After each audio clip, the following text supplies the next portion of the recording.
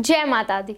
दोस्तों, आपने अक्सर सुना होगा कि लोग प्यार के रिश्ते की तुलना एक नाजुक डोर से करते हैं, पर यह भी कहा जाता है कि प्यार में बहुत ताकत होती है, बहुत मजबूती होती है। तो क्या कारण है जिसकी वजह से ये कहा जाता है कि प्यार का रिश्ता एक नाजुक डोर की तरह है? चलिए दोस्तों, आज मैं आपको ये समझाती हूँ।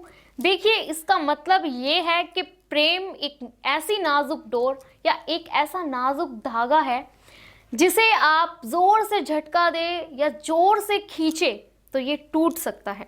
बहुत से लोग ये गलती कर बैठते हैं।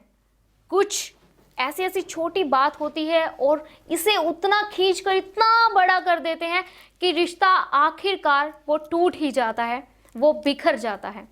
आपने बहुत बार देखा होगा कि लड़ाई हो जाने के बाद हमें महसूस होता है कि किसी कारण तो कुछ इतना बड़ा था ही नहीं जो हमने इसे इतना बड़ा बना दिया, और बहुत ही छोटी सी हम गलती कर बैठते हैं जिसकी वजह से गुस्से में आकर हम अपने रिश्तों को ख़त्म कर देते हैं, अपने प्यार को दांव पर लगा देते हैं।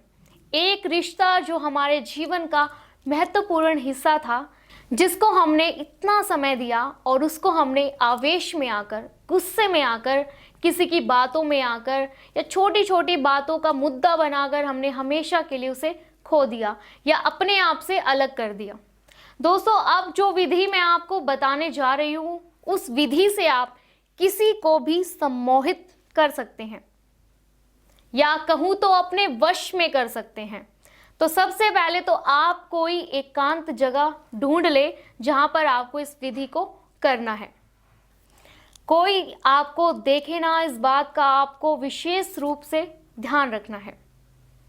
जैसा कि आपको बताया मैंने, एकांत जगह मिल जाए तो वहीं पर अपना आसन लगाकर आप बैठ जाए। फिर उस जगह पर एक दीपक जला ले और ध्यान रहे कि वो दीपक आपको किसी तेल में नहीं बल्कि शुद्ध घी में जलाना है। दीपक जला लेने के बाद आपको एक मंत्र का 11 बार जाप करना है, और वो मंत्र कुछ इस प्रकार है: दर्शन कतम कुरु कुरु मंत्रो स्वाहा।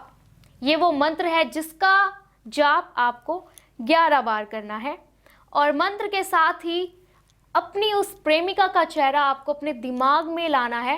पूरी कोशिश करें, कोशिश इतनी होनी चाहिए कि दीपक की लो में आपको अपनी प्रेमिका का चेहरा खुद ब खुद नजर आ जाए। और जैसे ही आपको अपनी प्रेमिका का चेहरा उस लो में दिख जाए और मंत्र का 11 बार आपको कंटिन्यू जाप करते रहना है, और वैसे ही दीपक को एक ही फूंक मारकर उसे उसी समय बुझा दे।